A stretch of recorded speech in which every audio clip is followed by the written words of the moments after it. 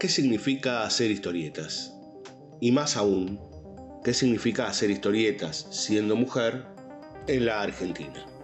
No mucho más que tomar lápiz, papel, una hoja y empezar a contar lo que uno quiere y vincularse con los demás. Hoy charlamos con una de las autoras más prolíficas de la Argentina que no solo es consumida en nuestro país, sino que además ha expandido su pluma a todo el mundo. Con ustedes, Paula Andrade.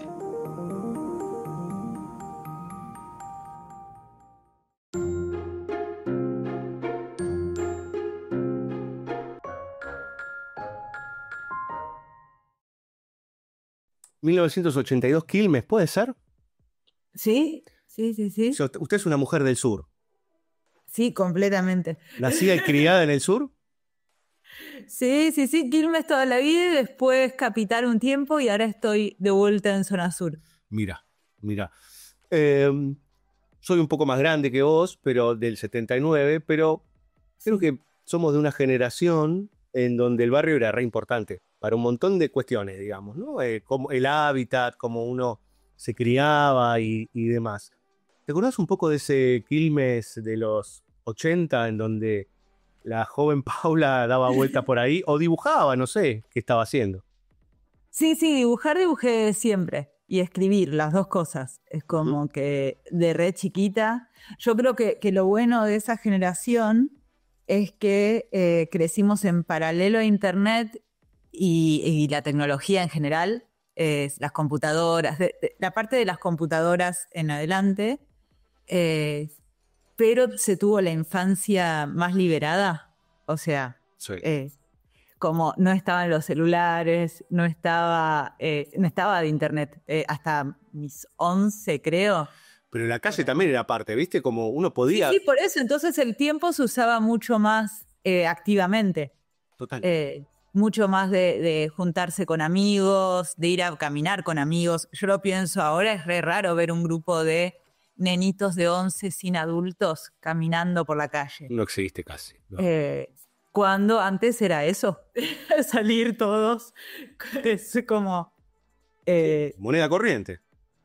Sí, a los 11, 12 ya estar como juntándote con amigos a la tarde, todo bastante tranqui, pero... Sí, claro. Pero, y escúchame, el boliche de Freddy a los 12. Claro, bueno, sí, ¿cómo se llama? La matiné. La matiné, claro. Cuando lo pienso ahora dice, no, pero bueno. Pero escúchame, vos ya a esa edad, siendo pequeñita, no digo siendo puber o preadolescente, ¿te encerrabas a dibujar o había un combo entre salir a jugar con los amigos, amigas?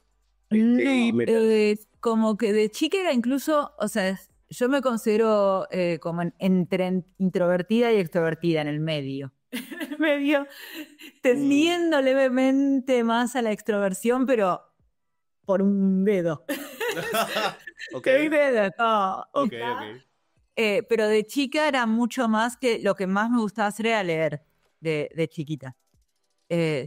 Digo muy chiquita, tipo aprendí a leer y ya era lo que más me gustaba hacer. Entre los 2 y los 4 era estar con libros y dibujando en paralelo. Como que cuando no podía entender todo, igual agarraba libros. Es muy gracioso porque se conecta con la Paula presente, porque lo que más me gustaba hacer era agarrar una enciclopedia de arte de chiquita. El texto lo ignoraba por completo porque la mitad de las cosas no las entendía todavía, pero pasaba las páginas una y otra vez. Viste que los nenes repiten el mismo libro 20 veces. El mío era la enciclopedia de arte, estar así tranquila en la casa de mi abuela. Pero escúchame, entonces, por lo que vos me estás diciendo, en el derredor tuyo, o sea, en tu familia, algo propicio con las artes o por lo menos con la cultura había. Sí, no, con todo. Es como, por un lado, de mucho aprecio a lo literario. En general, hay un enorme aprecio a los libros y al conocimiento, y creo que es muy al ser del 82 es como justo post-dictadura. El destape. Entonces, mucho aprecio a libros que esto de, mirá, si antes esto se prohibió. Entonces, lee, que es como... entonces, Elsa Bornemann me daban un montón de chiquita. Que uno lo piensa ahora, pero es eso, había libros que estaban prohibidos antes. Claro, pero digo, Elsa Bornemann, que por lo menos por lo que vos decís yo comparto, era natural leerlo, tenía todo esto con los monstruos, que claro, que a los cabezas de termo anteriores le decían que eso estaba mal. Sí. Entonces, hubo mucho desde muy chica que fue como... Yo siempre digo que es hasta en un extremo, porque todo libro estaba ok. Entonces, nadie se fijaba que estaba leyendo. Como que si yo agarraba un libro y estaba leyendo, adelante... Sí, y leí muchas cosas que no tendría que haber leído a ciertas edades. No, un par que no daba en serio. Qué sé yo, o sea, La Fierro la agarré a los 4, no entendía nada y había un contenido que no da. Claro, tenía contenido de violencia y había tintes de erotismo. Mucha sexualidad. Claro, sí. Mucha sexualidad, pero en general lo que era más era, qué sé yo, o sea, libros muy buenos, pero que eran para edades un poquito posteriores. Entonces, qué sé yo, o sea, yo siempre la cargo a mi mamá que me dio El Pony Rojo de Steinbeck a los, no sé qué tenía yo, 6, por ahí. Y el libro dice para mayores de 11, porque se le muere el pony. No es un spoiler. Eso es el punto del libro. Después hay más cosas. Pero la pesadilla que me causó eso es a los 7, 6, 7. Esas cosas es a los 11, por una razón. Pero escúchame, igual yo creo en algo que no sé, por ahí es porque también somos ahí cercanos en generación, pero había algo que si no te lo mostraban por ahí, digo, yo me acuerdo que había en mi casa una enciclopedia de la mujer, que era básicamente cuerpos desnudos, digamos, en donde te mostraban, estamos hablando de hace 40 y algo de años. Mi viejo no me estaba arriba de todo, pero había algo también de lo prohibido, ponele, que no estaba puesto como prohibido, sino que estaba como en un lugar que uno también tenía esa sensación de que en algún momento lo voy a descubrir, ¿no? O lo iba a buscar. Como que también estaba esa posibilidad de hacer algo que no estaba dentro de los cánones o de las reglas, ¿no? Estaba también. Sí, yo creo que había mucho de no reglas, o sea, mucha confianza, o sea, no tuve ni infancia ni adolescencia, ¿viste? ¡Wow! ¡Qué chica acá hace de todo! No, yo agarraba libros y leía. Entonces, muy confiable en acciones, digamos. Me veía con mis amigos también, ¿no? Tampoco era... por eso, nunca una introversión extrema. Yo me juntaba con mis amigos a pasear, lo disfrutaba, me fui a las matinés, todo. Pero mi actividad predilecta era estar leyendo. Entonces, era como... Siempre me pasa, incluso todavía, cuando digo che, ver a esta gente me aburre más que leer. Entonces, chau, gente, hola, libros. Como que tienen que pasar por el filtro de me entretiene más esto o me llena más esto que un libro. Pero escuchá, ¿te puedo hacer una pregunta un poquito más corrida a lo que te sigue pasando hoy eso? Y sí. Está bien. Somos dos, hijos. Sí, porque el tiempo ahora lo siento más. Entonces digo, si tengo que pelear, la cosa está entre todo lo que disfruto y que la gente sea algo que disfruto también. Claro, pero uno mide sus tiempos, digamos, ¿no? Sí. Sí, es más la cosa de decir, bueno, si no siento que haya afinidad y estoy diciendo, podría estar en casa dibujando, por ejemplo. Claro. Digo, esto no da ya. Porque quiere estar en casa dibujando. De chiquita sí hacía que mis compañeros dibujen mucho también. Mira. Como que tendía a hacer que a mi alrededor la gente dibujara o escribiera también. Mira. En la primaria, tipo, tenía libritos que eran como... Mi mamá encontró uno de los 11 por ahí, es poemas, tenía la tapa de los poemas. Y con una compañera de clase escribíamos en paralelo y los compartíamos, como club de escritura. Claro. Pero me interesa eso de que, pero ¿cómo hacías? ¿Que te sentabas al lado de uno y le contabas, le decías, che, vamos a dibujar? ¿O qué onda? No, yo tiendo a hacer las cosas y como la gente está alrededor mientras la hago, después se ponen curiosos y después es como, y bueno, hagamos esto. Creo que lo más gracioso fue una hora libre del secundario. Debía ser tercer año por ahí, porque ya estaba Caballeros del Zodíaco en la tele, eso eran mis 13, por ahí. Es una hora libre que convencí a todo el curso de 40 de dibujar Caballeros del Zodíaco. Y tengo dibujos de todos. Mirá, impresionante. Sí, no sé cómo se dio, porque hay un montón de gente que no dibuja, pero dale, vamos. se prendieron ese día. Sí. Espectacular. Y escúchame. Sí, se animaron. Escúchame, ahora sí me meto. Digo, hay un momento, creo yo, que es. Ya no sé bien hoy porque hoy las cosas están un poco mezcladas, pero hay un momento en donde todos los chicos, todas las niñas y niños dibujan. Sí. Más, a veces se comunican más dibujando que escribiendo o hablando. Y hay un momento en donde acceden al lenguaje de manera más plena, por decir, y el dibujo, inclusive, te diría en lo institucional, empieza a tener un lugar tangencial, se pierde, en pos de lo otro que presuntamente es más importante, o creo que es más importante en algunos momentos. Y hay un montón de gente que deja de dibujar para siempre. Digo, vos seguiste de largo, de dibujar y escribir, digo, porque lo tuyo siempre es más del corte integral. Digo, ¿seguiste de largo? ¿O hubo algún momento en donde, por ejemplo, me ha pasado con otros charlando acá, que ganó la matiné por unos años y después, viste, empezamos de vuelta? ¿Qué te pasó a vos? No, yo la matiné no era tan divertida como Okay. No, me gustaba mucho ir a bailar, me gustaba toda la parte de, ay, ¿qué me voy a poner? Todo bailar como actividad me gusta mucho también. Pero eso era la noche, un rato, una vez por semana como mucho. Entonces siempre estuvo, porque estuvo muy fomentado por mi familia, o sea, no a nivel profesional. O sea, tuve el mismo choque que creo que tienen muchos historietistas, por sobre todo, de convencer a la familia de que es un trabajo. Me ahorraste la pregunta. Me ahorraste la pregunta porque es algo que creo que le ha pasado a la mayoría, que se dedicó a algo vinculado al arte. Creo, ¿no? Claro, había mucho de, es buenísimo esto que estás haciendo, y seguí leyendo y me daban libros, y es como, nunca fue el tema del exceso en mi familia, pero siempre estaba la parte de, ¿querés un libro? Está todo bien. Como todo lo que agarraba, yo después iba y me compraba un libro, me compré La Rama Dorada a los 11, con cosas ahorradas. La parte de antropología siempre es lo que más me gustó.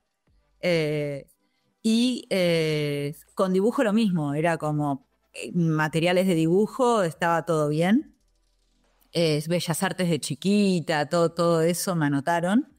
Pero era como, buenísimo esto que estás haciendo, pero ¿a qué te vas a dedicar? Claro, ¿qué vas a hacer de tu vida? Esa frase era típica, ¿no? Pero ¿qué vas a hacer de tu vida?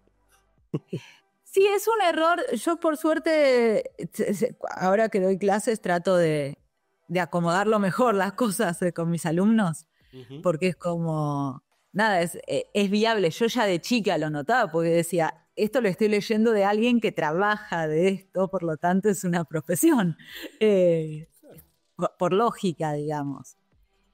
Y es raro porque en mi familia sí hay, en el lado de mi abuela hay muchas personas que se dedican al arte.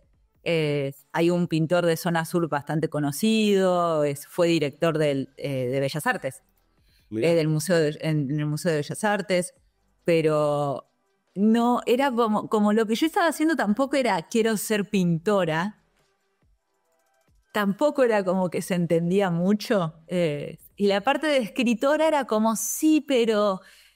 Y mientras tanto, que yo... El tenerlos, soy de tener plan A, B, C dentro de lo que hago, pero tener algo que sea como, bueno, pero ¿y si no me sale, me dedico a esta cosa? Ya estar pensando así me parece una fórmula Hayek.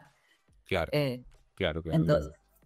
Claro, porque te da una especie de red de contención que es medio falsa, porque de alguna manera por ahí no das el máximo en la primera, que es la que más te gusta, porque Sí. sabes que por ahí, bueno, qué sé yo, no sé, tengo títulos, digo una pavada, abogado, y bueno, me dedicaré a la abogacía, qué sé yo.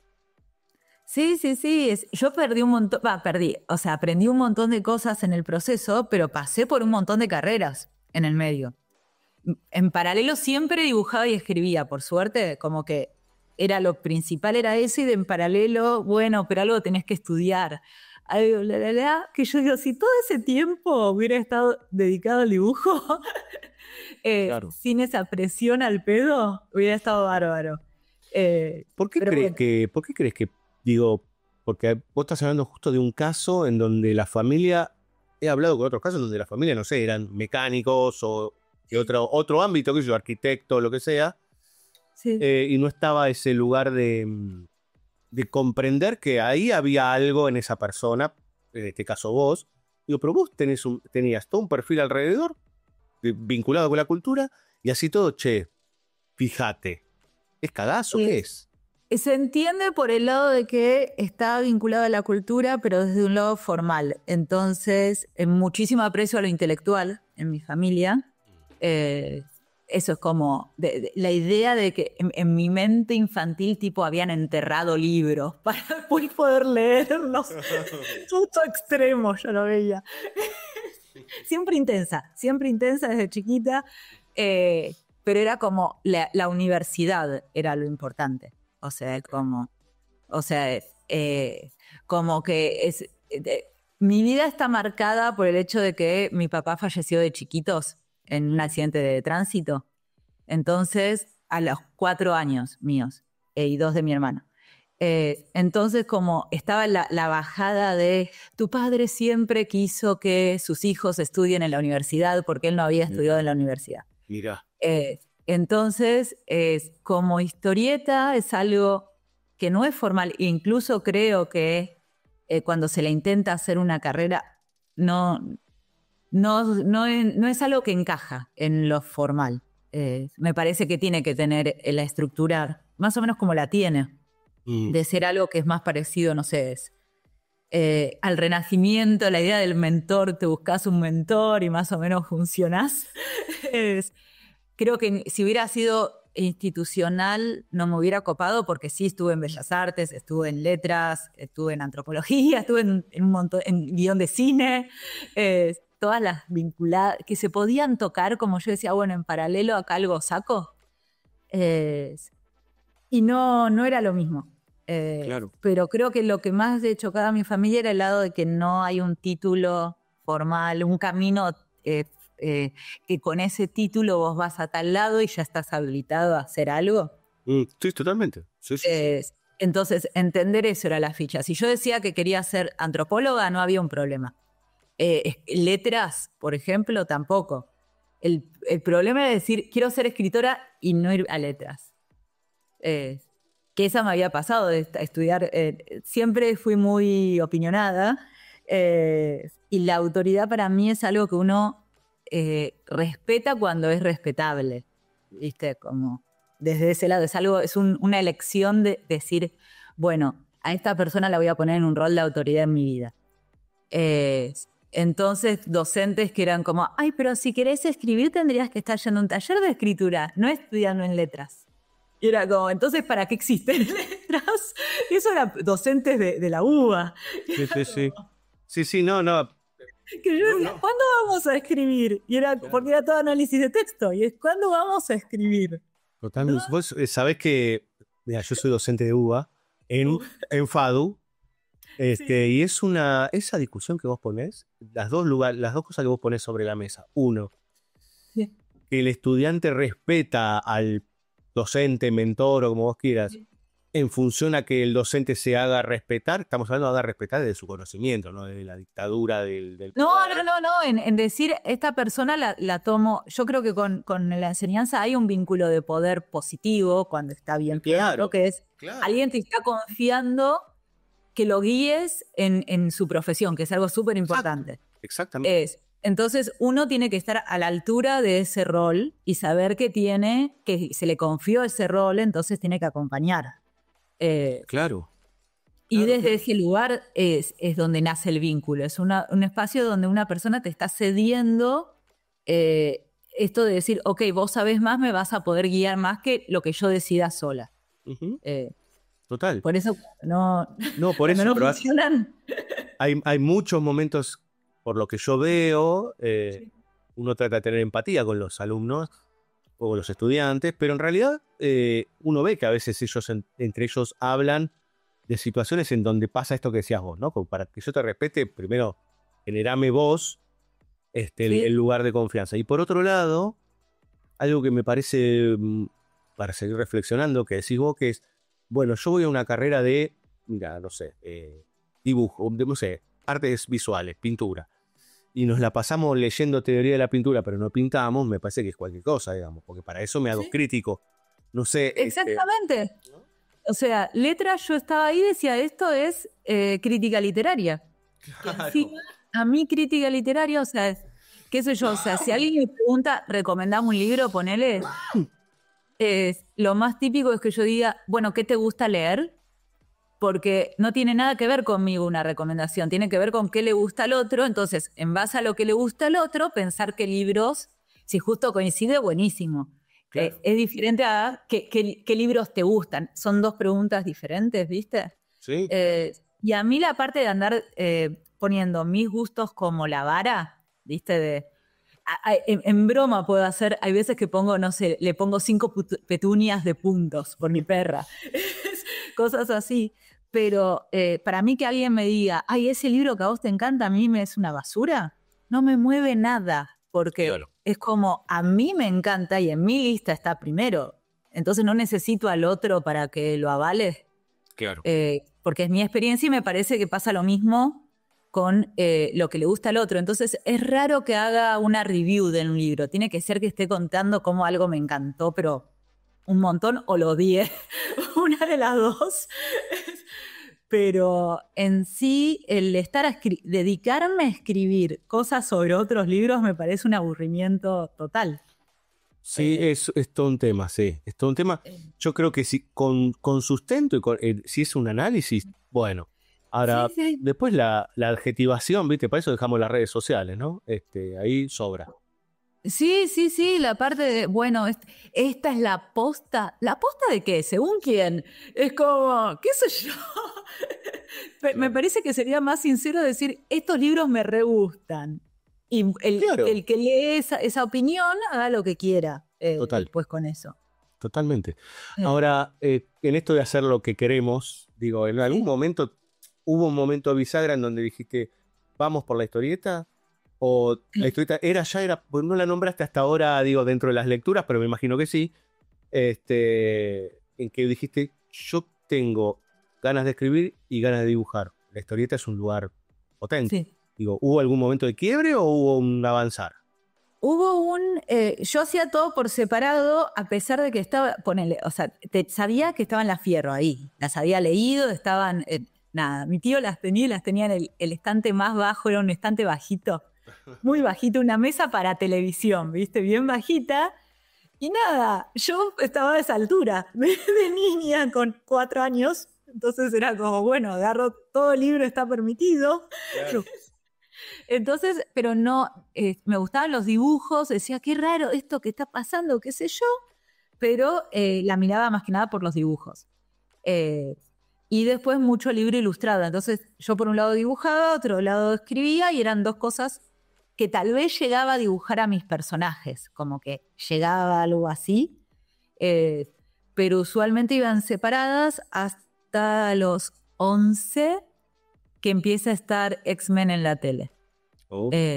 La animación de X-Men, que me encantó porque me había gustado X-Men, Robotech había estado pegada un toque antes también, las dos grandes telenovelas, entonces eran como las Sí, telenovelas. Chico busca chica, triángulos amorosos por todos lados. Por todos lados, gente que se pelea con todos y todo lo personal por todos lados. Sí. Tal es amigo de tal, pero no se hablan hace 10 años y es el enemigo ahora. Tragedia griega, básicamente. Sí. Entonces, momentos muy de telenovela y épico, y lo bello. Siempre, como que de más chiquita, el primero que me marcó con todo fue Miguel Ángel, a los 2, 4, ese periodo de mi primer acercamiento con el arte. Y entonces lo épico estuvo siempre ahí, lo grecorromano también, en consecuencia. Con X-Men lo que hacía era grabarlos en VHS y poner pausa y copiar. Entonces iba haciendo mis superhéroes a partir de ahí. ¿Copiaba las poses o los personajes? ¿Qué cosa? ¿Copiaba las poses o los personajes? Las poses. Y hacía mis propios superhéroes. Sí. Tenía mi team y todo. Malísimo, pero estaba ahí. En paralelo empezaron a estar las historietas en los puestos de diario. Entonces ahí fue como, pará. Esta animación es una historieta. Eso fue el asomo. Y era como, estas dos cosas se conectan. Y están mis primeras historietas tipo hechas en papel rayado, sin espacios entre los cuadros. Una abominación. Como un pseudo X-Men. Y a los 13 entra Caballero del Zodíaco y es la piedra fundamental de mi vida. Mirá, los caballeros fundamentalmente fue parte... Sí. Mirá. Sí. O sea, todo estaba como encaminándose, todo estaba yendo, eso en lo más, qué bueno que está y qué sé yo, y pasó Caballero del Zodíaco como así, como un meteoro que golpeó mi cerebro. Lo golpeó, se instaló en el cerebro, ocupó el 80% del mismo. Brutalmente, porque aparte me pudo acompañar toda la secundaria, como se iban pasando los episodios. Y si no te los repetían, no pasaba nada, ¿viste? Se repetían, era como, creo Magic, que debo haber visto 70 Magic terminaba una saga y no es que empezaba la siguiente, por ahí empezaba de vuelta la misma saga. Sí. Dale que va. 60 veces cada episodio, probablemente, pues lo dan 3 veces durante el día y me daban por los horarios de mis actividades verlo las 3 veces. Y ahí me enteré que era un manga. Entonces que era historieta también, y blanco y negro, que eso me quedó o sea, siempre preferí el blanco y negro, con La Fierro también, o sea, es como la historieta a color, la aprecio, hay historietas a color que tengo que de otros autores, obviamente, que me encantan, pero prefiero muchísimo la historieta blanco y negro. Entonces estaba ahí y dije, pero para acá, ahí entró la ficha de si meto la escritura y el dibujo juntos, no necesito a nadie, lo hago todo sola. Claro. Y tengo una historieta. Sí. Es una de las pocas, te diste cuenta, una de las pocas actividades en equipo, por decir, porque puede haber un guionista y un dibujante, pero en el fondo están siempre solos, porque estás en tu casa dibujando. Y aparte, o sea, acá cuando yo estudiaba, estaba mucho lo de la dupla, como el dibujante y el guionista. Especialmente él era el vocabulario era muy masculino. Sí. Mientras que lo que yo veía es troca, yo del Zodíaco, y al año llega Sailor Moon. Entonces era como, acá hay una persona nada más. Kurumada, Naoko, no está dibujante y guionista. Claro, autor integral. Claro, autor integral, y dije, pero acá hay de todo, y cuando me dicen cualquier cosa, digo, pero acá está Naoko, después Rumiko con Ranma. Entonces, mi cerebro está agarrando un montón de justificaciones lógicas de por qué tenía todo el sentido lo que yo estaba haciendo. Claro, encontraste los lugares justos para vos, digamos. Yo dije, pero para esto tiene todo el sentido, vamos para allá. Sí. Entonces, a partir de ahí ya encaucé, como que a los 15 me anoté en un taller, estaba haciendo mis propias historietas. Claro. Entonces, y como fan también, o sea, leyendo cada vez más. Ahora, empezaste ahí a nombrar algunos títulos que son muy característicos, sobre todo de los 90, para los que fuimos adolescentes o preadolescentes en esa época. Sí. el vínculo con el manga se intensificó a niveles en donde te empezó a influenciar en el dibujo o, digo, corrieron por carriles separados? No, influenció, es como un choque, una unión de universos. Sí, aparte siempre fui tomo lo que me sirve de todo. Claro. Entonces es como, qué sé yo, o sea, la parte del cuerpo humano viene desde Miguel Ángel, el interés en el cuerpo humano y las composiciones bellas, las torsiones, cierta apreciación estética de cierto enfoque viene desde Mini Paula y los libros de arte. Mini Paula. Especialmente renacimiento italiano y romanticismo francés. Como esos dos es con... obviamente las esculturas grecorromanas, pero claro, son las que influencian al Renacimiento italiano y al romanticismo francés en consecuencia. Están todos como consentidos. Bueno, ahí hay toda una seguidilla de lo canónico, digamos, o de lo Claro. que era canónico hasta no hace tanto, digamos, esto de la cantidad de cabezas, las posturas, ¿no? Las proporciones. Y lo de, en temática comparte lo de la tragedia griega, que es lo que me gusta en obra. Entonces, para mí el dibujo cuando se aplica en historieta es secundario. O sea, yo a mis alumnos siempre les digo que uno cuando ilustra está como, acá dibujo. Pero en historieta está al servicio de una historia, siempre. Entonces, no es el lugar para que el dibujo tome el protagonismo. El protagonismo lo tiene la historia y el dibujo tiene que hacer que esa historia envuelva al lector. Claro. Entonces, nunca fui como diciendo, ay, de nuevo, me molesta mucho el discurso que se hizo de que nada, tiene que ver con un montón de otras razones, no tiene que ver con la obra en sí, de poner en contra obras de diferentes países. Como decir, pero el manga no es historieta por esto, y es como todo es historieta. Sigue pasando hoy eso, ¿eh?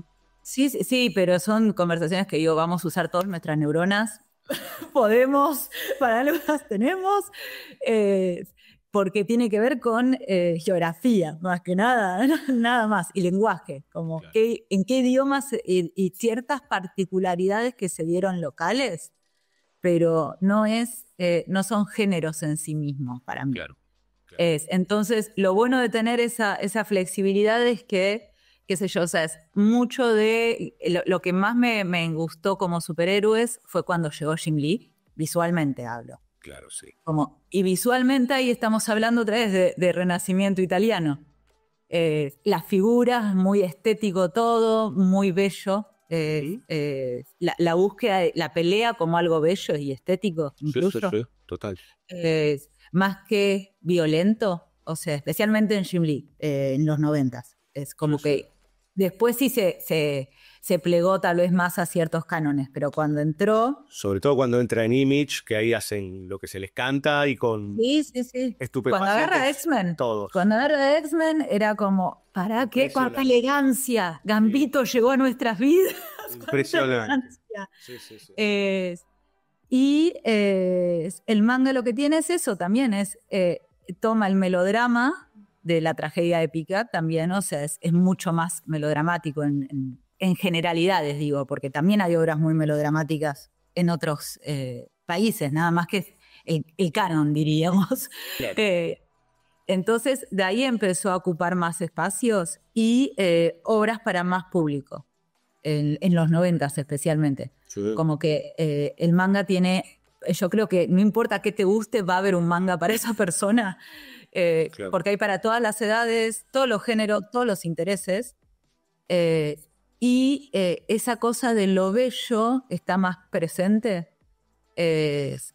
con una sensibilidad más similar a la que yo tengo. Entonces, me gusta mucho también el uquillo, como la elegancia del trazo. Entonces, a partir de los 13 empieza a soltar, más porque también en los 90s, las historias de cómics de superhéroes empezó a ser muy, muy masculino en los 90s. Muy. Porque después de Jim Lee, sí, todo re lindo, pero después tenemos... qué sé yo, la parte de lo espectacular, explosivo todo el tiempo, pelea todo el tiempo, y el guión quedaba, la parte que a mí me interesa del guión, que es lo vincular y cómo las personas, no importa el tipo de vínculo, puede ser hermanos, pueden ser pareja, puede ser amigos, me da lo mismo. El encuentro entre personas cómo hace que cambien. Qué sé yo, o sea, las conversaciones de Javier con Magneto, sí, charlen filosóficamente de la vida por 40 libros, yo feliz. Ahora, ver qué explosión es la más explosiva y las conversaciones durante peleas que no es con pausa, no es como charlamos y nos pegamos. Dale que va. Charlamos mientras todo explota, no me genera nada. Yo no necesito más efectos especiales. Necesito que estén... Trajiste esa parte de los 90 que es como la más neurótica, la más demencial. Claro, ahí me alejé. Claro, pero era muy fácil también, digo, te lo dice alguien que también compartió esa época y que creo que me influenció mucho, sobre Jim Lee ni hablar, pero todo ese tipo de artistas que empezaron a aparecer en donde todo tenía mucho que ver con el esteticismo mal entendido, digamos, ¿no? Como todo súper rimbombante, que la imagen ante cualquier otra cosa. Y me parece que ahí hubo después un canal como que se cortó porque ya no daba más, porque era todo la palabra es tan falopa, que llegaba un momento que había que cortar.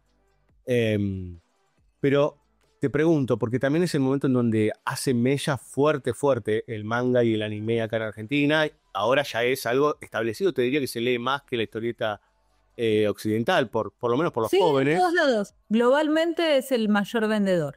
Claro. Hubo un momento que vos decidiste convertirte en autora, pero ya estamos hablando ya eras, pero yo voy a publicar algo que yo digo, que yo pienso, que yo siento y dibujo. ¿Hubo un momento de eso o en realidad apareció la oportunidad y cuando te viste por primera vez en una revista o en un libro, vos creo que publicaste por primera vez en 2002, si no recuerdo mal, por ahí anduviste?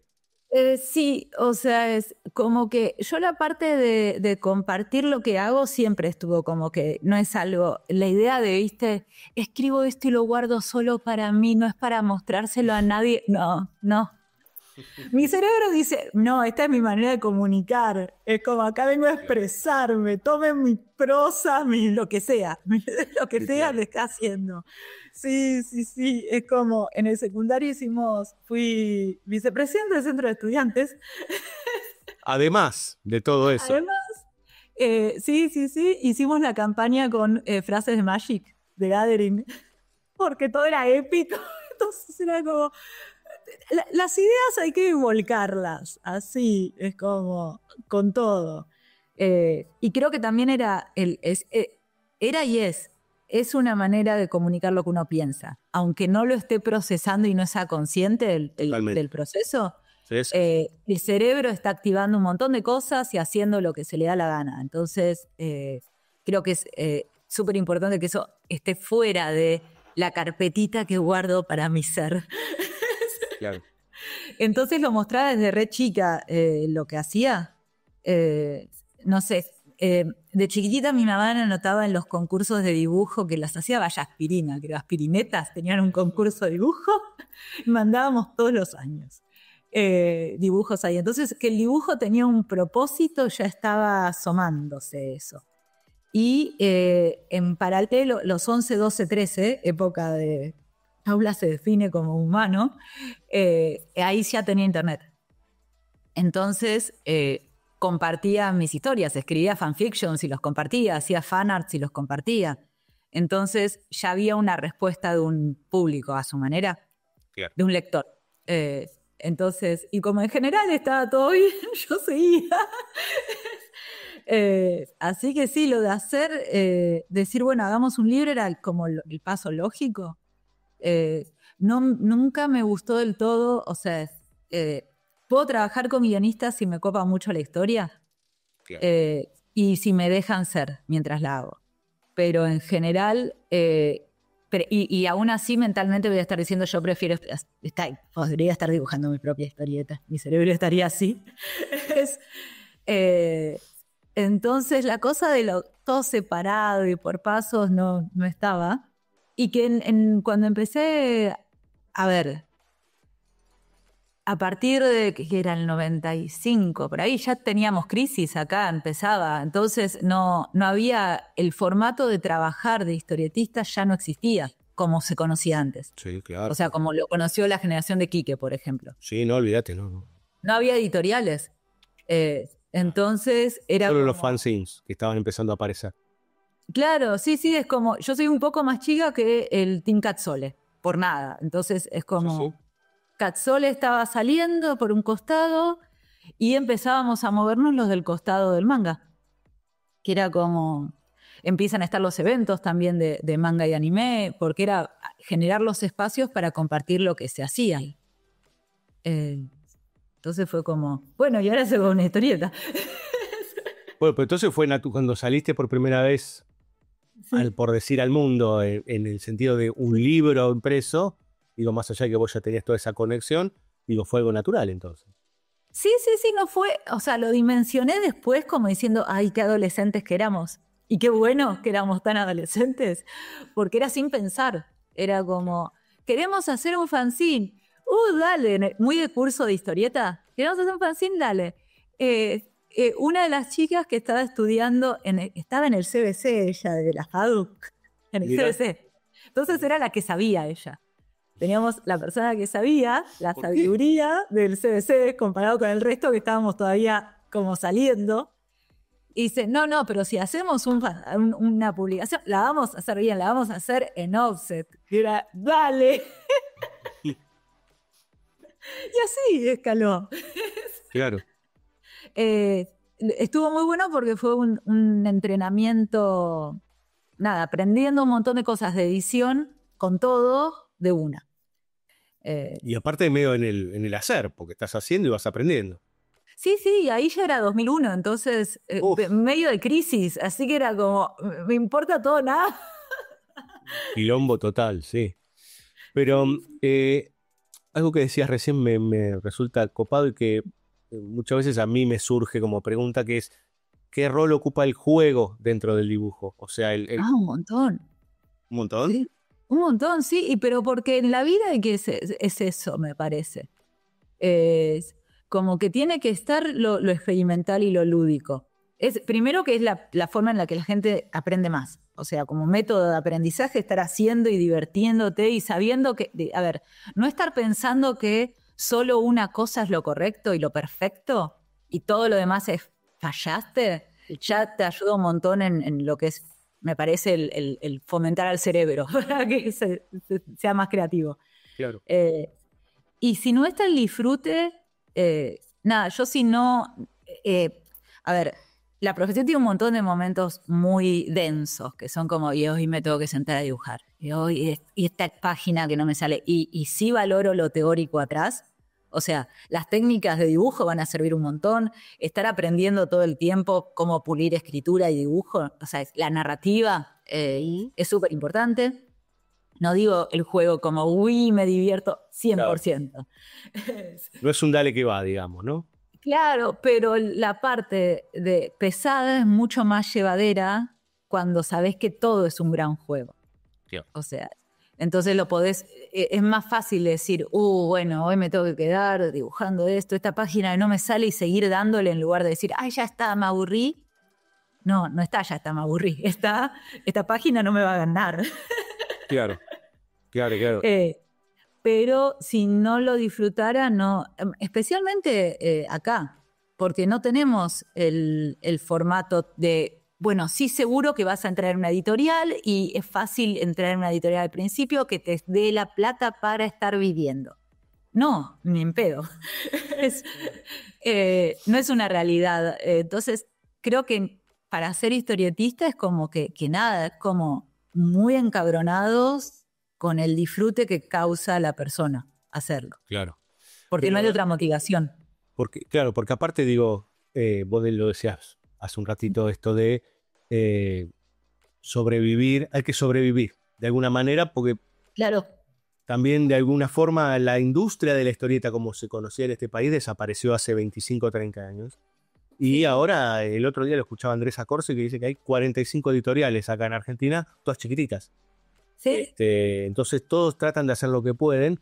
Y claro, los autores y las autoras integrales, o los dibujantes y las dibujantes, hacen lo que pueden con su libertad, digamos, ¿no?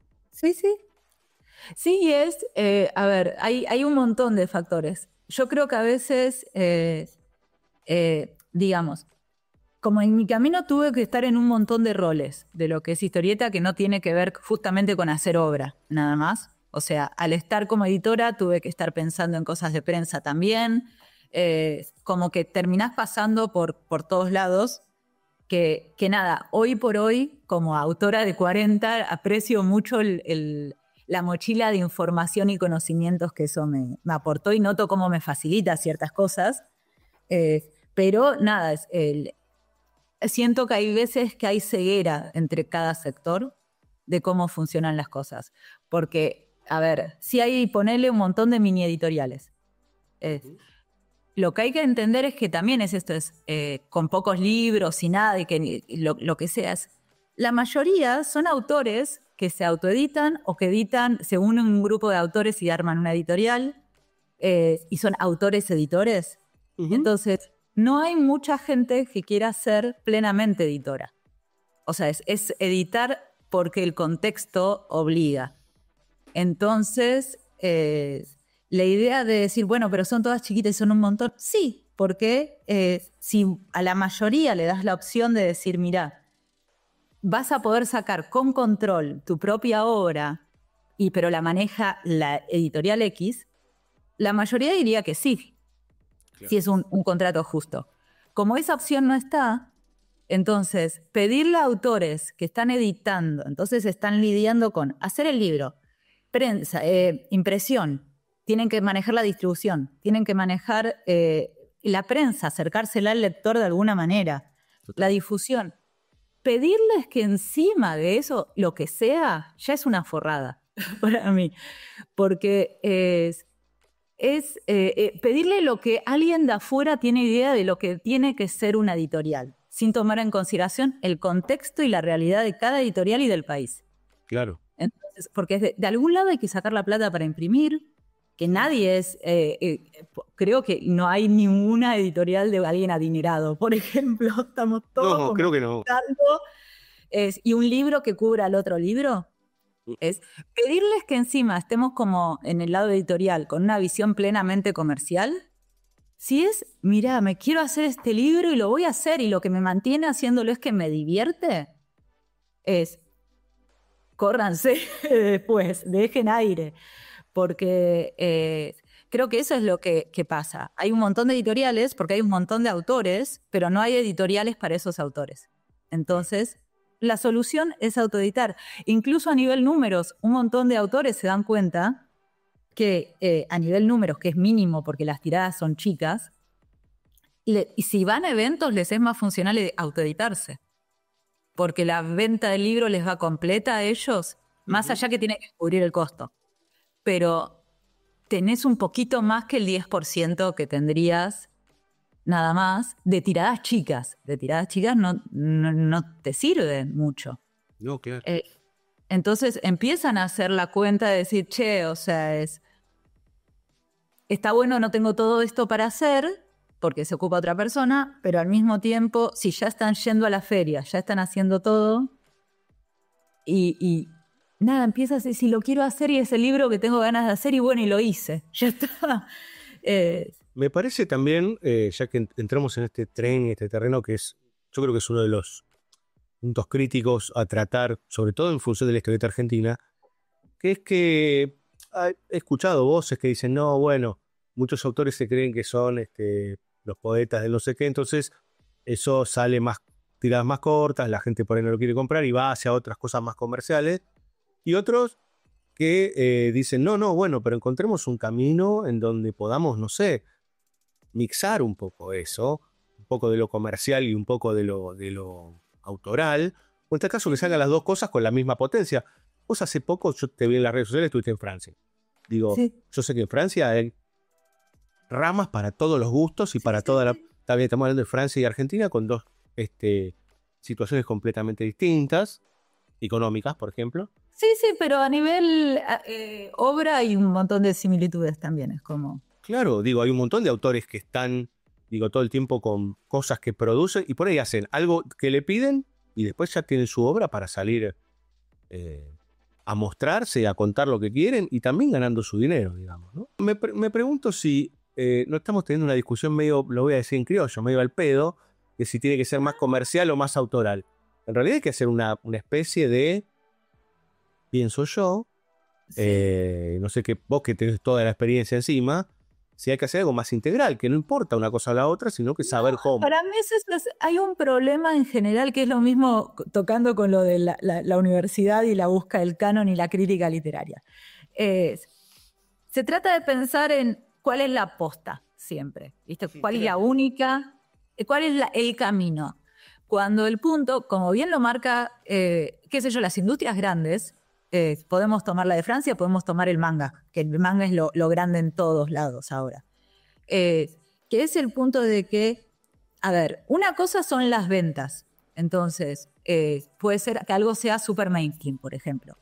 Las obras que son mainstream, o sea, yo en general, no, a ver, incluso cuando pongo elementos que uno podría tomar dentro del formalismo, qué sé yo, o sea, estoy haciendo una obra ahora que tiene que ver con obras de arte, entonces es como formalismo, pero siempre lo veo como hecho muy pop, o sea, no me considero alguien que esté, o sea, de nuevo, no necesito exponer mi intelecto en mi obra, yo estoy cómoda conmigo.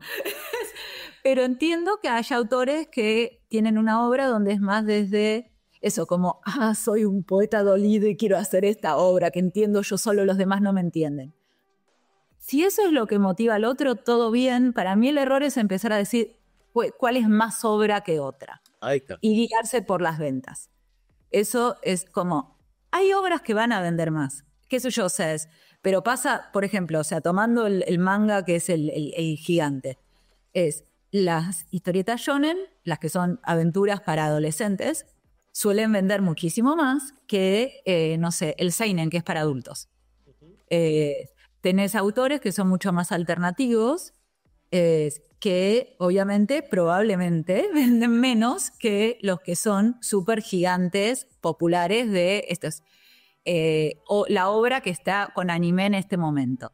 O sea, comparado con la obra que no tiene un anime, va a estar vendiendo diferente. Ahora, tal vez los autores no quieren que toda obra no tiene que ser un anime, por ejemplo. No toda obra toda historieta tiene que ser mainstream, no toda editorial tiene que ser grande para aceptarla y valorarla. Entonces, sí creo que a veces que en eso de estar juzgando tanto, que eso sí creo que es algo particular de acá, no se permite el aire a crecer. No se deja crecer. Se trata de formar un canon en algo que está orgánicamente creciendo. O sea, es como a su manera, en base a lo que hay, va creciendo. Y sí va a haber, digamos, que una historieta tenga, no sé, una tirada de 100 y nadie la lee, incluso si está bien, es la historieta que hay, y que tal vez tenga un público de 20, pero es la historieta para ese público. Que una historieta mucho más mainstream no va a ese mismo público ir a buscarlo. Que ese también es un error. Siempre se pide acá que haya más público también, como queremos más público, porque ese es como uno de los temas. Pero no tenés ninguna manera de hacer una obra que le guste a todos. La manera de llegar a más público es que haya obras diversas. Que obra que apunte a ser el mainstream de turno. Como qué sé yo, ¿sabes? Me parece buenísimo cuando sacaron los mangas e historietas de fútbol, por ejemplo. Sí, del Mundial. Sí, el de Mundial, el de Messi que está haciendo sí. Lea, Caballero. Sí. Entonces, esos intentos de ir al mainstream argentino, como qué gusto tienen los argentinos, les hago una historieta que tenga que ver con algo local. Ahora, ¿toda historieta tendría que estar haciendo lo mismo? No, porque eso es lo que pasaba en los 90s. Esa es la gran crisis, que por eso creo que hay ciertas bajadas que hay que soltarlas. El boom de los 90s de superhéroes son obras enfocadas a un solo público. Lo que se estaba editando acá en paralelo son obras para un solo público. O sea, estaba El Caballo Rojo, estaba Cazador. Total. ¿Qué lector tiene? Tiene un lector objetivo que es un tipo de persona en particular. Sí, sí, sí. Entonces, no le podés pedir a otras personas que amen esa obra. Lo que le podés hacer es darles otras historietas a esas personas. Totalmente. Y convivir. O sea, para mí una de las cosas más lindas a mirar es Mambe en un programa de Urasawa, donde entrevista el autor de 20th Century Boys y Monster, entrevista a diferentes mangakas. Todos hacen cosas diferentes para diferentes públicos, de diferentes edades, diferentes revistas, todo. El respeto constante entre todos es buenísimo. Entonces, eso es lo que creo que hay que entender, que es cuantas más obras haya para gente de diferentes edades, diferentes intereses, diferentes géneros, la historieta está más sana ahí y es más mainstream, así. O sea, porque como género literario, digo, que sea Sí. no. O sea, tenemos historieta infantil que es mainstream. Entonces, en lo demás va a haber obras que sí, está buenísimo que exista la obra comercial, porque es la que abre y agarra a todos, digamos, agarra a todos. Hará un bloque más grande de lectores. Pero no va a agarrar nunca a todos los lectores. O sea, yo me crié con el shonen, pero las historietas de estos, Caballeros del Zodíaco, ahora, hoy no me siento... A ver, no me generan lo mismo las obras actuales que son para adolescentes, porque yo no soy un adolescente. Sí, pero claro, no. Entonces no me voy a poner a pedirle a la obra para adolescentes que sea una obra para adultos. No, me voy a ir a leer un seinen, que es una obra para adultos. Y las que me gustan son de cierta manera, y me voy a leer esas. Y en el medio tal vez me lea un romance, tal vez me lea una... no sé, me encantan las historietas de los 60, los mangas de los 60. Entonces estoy con retromanga en momentos. Pero no, o sea, yo no estoy ni obligada a que me guste una obra para adolescentes, si no me gusta, si me encanta, adelante también. Pero no creo que tampoco como autora esté obligada a hacer obras para un cierto público, porque hay públicos para todos. Y aparte pienso que, digo, cuando se habla de construir industria, digamos, ¿no? ¿Y la industria qué significaría? Unificar de alguna manera lo que creemos que el público querría. Como es muy raro eso. Yo no escucho a los editores hablar de unificar industria. Yo creo que es algo que viene más que nada desde afuera, desde lo que se observa. Claro. Y ahí mi invitación tal vez sería que aprendan el contexto local. Que se aprenda lo que sale a imprimir, quiénes son los que están imprimiendo. Que alguien sea editor no significa que sabe lo que está haciendo. De nuevo es como el título, un profesor que uno le da el respeto. O un autor, o sea, hay editores que son buenísimos y hay gente que edita. Y hay gente que edita de eso, de porque no queda otra. O sea, es como... A veces por pura voluntad. Por voluntad, porque quiere ver su obra impresa. Y están expectativas que después la realidad va a demostrar si son funcionales o no, pero así se aprende también. Entonces ahí se van como curtiendo y puliendo los proyectos. Pero a mí me parece a veces que pedirle a un proyecto que están haciendo o a un autor nuevo, que es la primera vez que se edita, es caerle juzgándolo. ¿Por qué no es una industria? ¿Por qué no está haciendo esto o lo otro? Es como, ¿por qué lo están molestando con cosas que no tienen nada que ver? Porque esa persona de afuera que está diciendo eso, que edite y se fije y haga si tienen una idea tan clara que es lo que hay que hacer. O sea, porque es súper fácil decirle al otro, ay, pero ¿por qué no hacen esto? Y qué sé yo, o sea, a mí me pasó, estaba en la Crack, suelo juntarme a cenar con los editores, porque me gusta mucho hablar de historieta y de proyectos.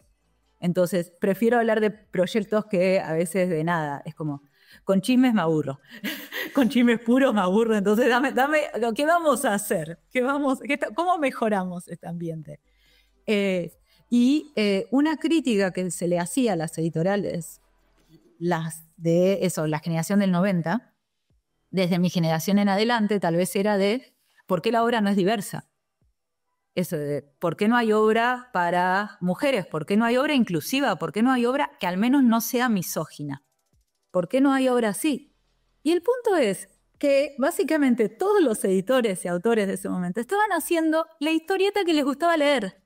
Y nada más, y no tienen ninguna obligación de estar pensando como business.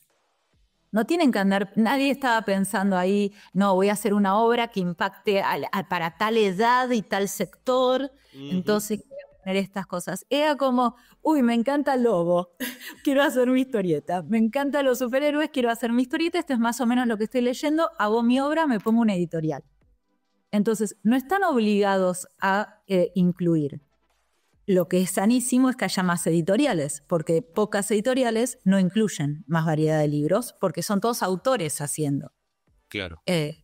Entonces, me parece que es eso de exigirle a alguien que haga algo, es el momento ideal para preguntarse a uno, si estoy exigiéndole a esta persona que haga esto porque yo lo querría hacer así, tal vez lo tenga que hacer. Claro, ¿por qué no lo hace usted? Es la frase, ¿no? ¿Por qué no lo hace? Claro. Sí, ¿por qué no se organizan y hacen la editorial esta que funciona como supuestamente debería funcionar una editorial según cánones que el contexto va a obligar a que ajusten? Porque es lo que pasa a veces cuando viene gente desde edición en Puan y empieza la universidad a la realidad de la historieta, no de prosa, de historieta, que es nada, es súper descontracturado, pero porque es la manera de llevarlo en un ambiente que todavía no tiene una estructura. Porque si le pones la estructura antes, no funciona. Es como estar jugando, es como, qué sé yo, o sea, le vas a exigir, qué sé yo, tiempos y ritmo de trabajo extremo a un autor cuando no le estás pagando. ¿Con qué cara? Claro. ¿Con qué cara? Entonces es como, no, o sea, no juguemos a que estamos editando. Hay que poner un punto medio, es como los contratos, ahí tienen que ser en un punto medio que considere lo que puede hacer la editorial, lo que puede hacer el autor y que sea algo viable y amable para todos. Pero estar es como cuando algunos mandan contratos que son copias de los estadounidenses, que las leyes incluso son diferentes entre cosas. Y es como, ¿qué estás haciendo? Estás jugando a ser editor. Y sí, y aparte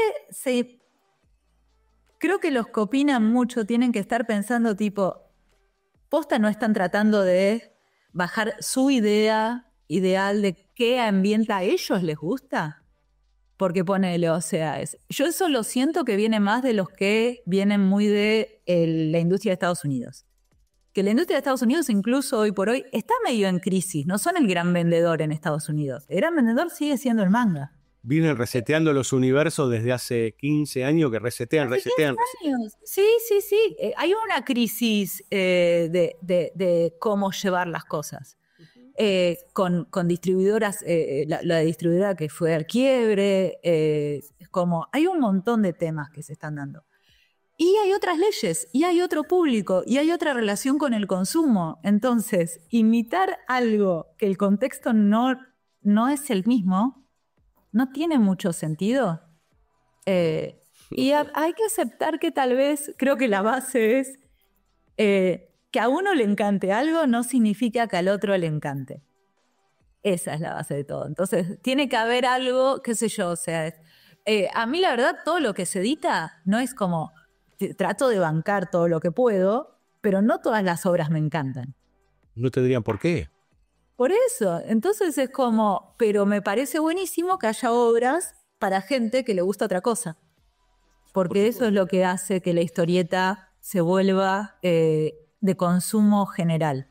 Sí, a mí lo que me parece maravilloso es que aún en un contexto como el argentino, tan complejo, con sus vaivenes, digo, vos y yo somos testigos de por lo menos 3 crisis, sí. Y todo lo que pasó en el medio, con las quiebras y caídas y subidas y bajadas, y así todo, todavía hay una cantidad enorme de autoras y de autores que quieren sacar su obra a la calle, aunque sea con 100 copias, que me parece, digo, yo no sé si yo particularmente tengo esa voluntad, porque es como, quiero mostrarlo de alguna manera, sea en un webzine, sea en un fanzine, sea en donde sea, pero quiero salir.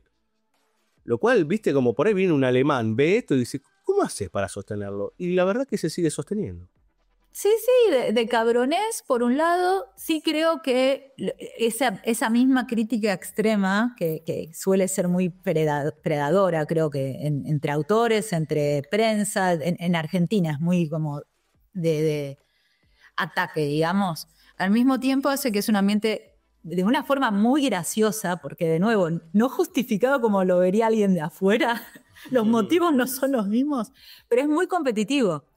Y hay mucha idea del legado de la historieta argentina, la época dorada. Entonces, se logra algo que sí es necesario para una industria, es para ser un buen historietista, bueno, digo en el sentido de disfrutarlo y mejorar. Tenés que estar dibujando páginas, tenés que estar haciendo libros. Entonces, si no estás haciendo libros, no hay manera de pulirte como autor.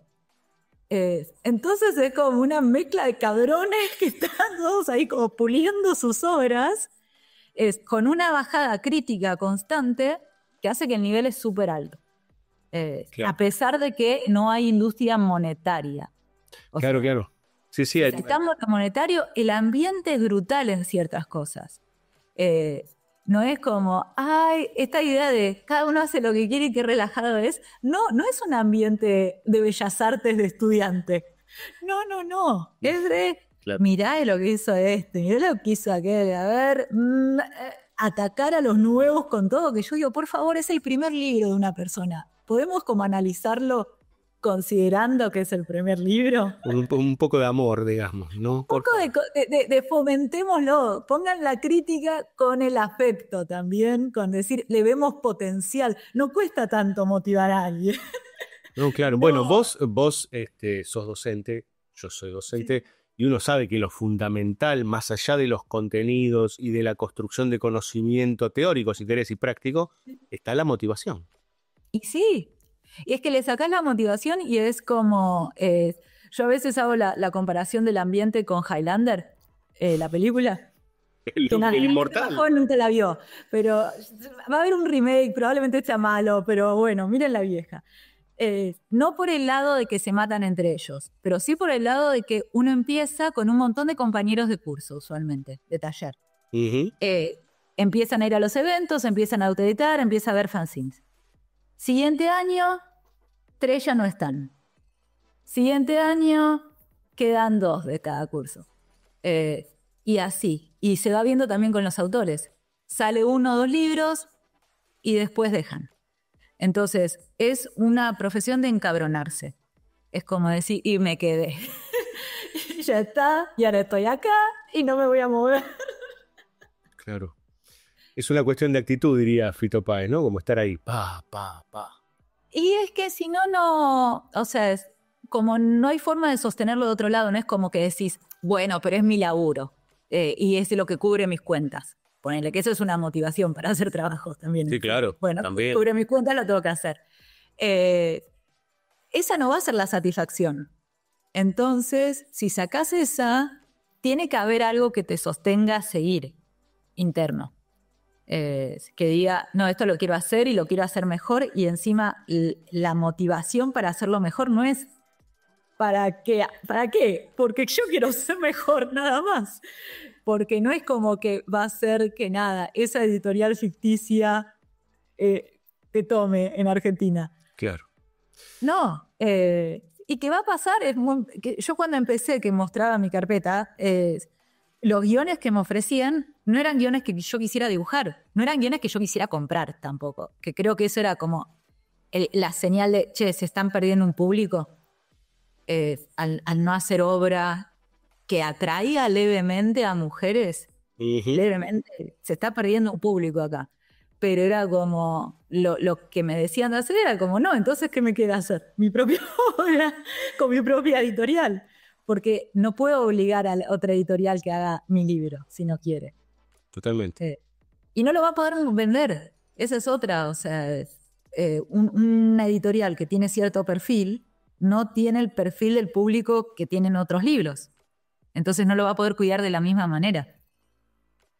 La verdad, la charla esta es espectacular. Estuvimos charlando de todo con Paula Andrade, que yo no nos conocíamos, no, la verdad que no te conocía, pero estuvimos Bienvenido. charlando como faltaba la cerveza o algo para... Vos estás tomando tu litro de café diario. Sí, empecé con, debe haber como 750 mililitros ahora y uno a la noche. Alguno a la tarde también. Pero realmente, no sé vos, pero yo la pasé fenómeno porque hablamos de dibujo hasta cómo manejarse en un montón de los ámbitos de la vida. Así que no tengo más que agradecerte. No, por favor, un gusto.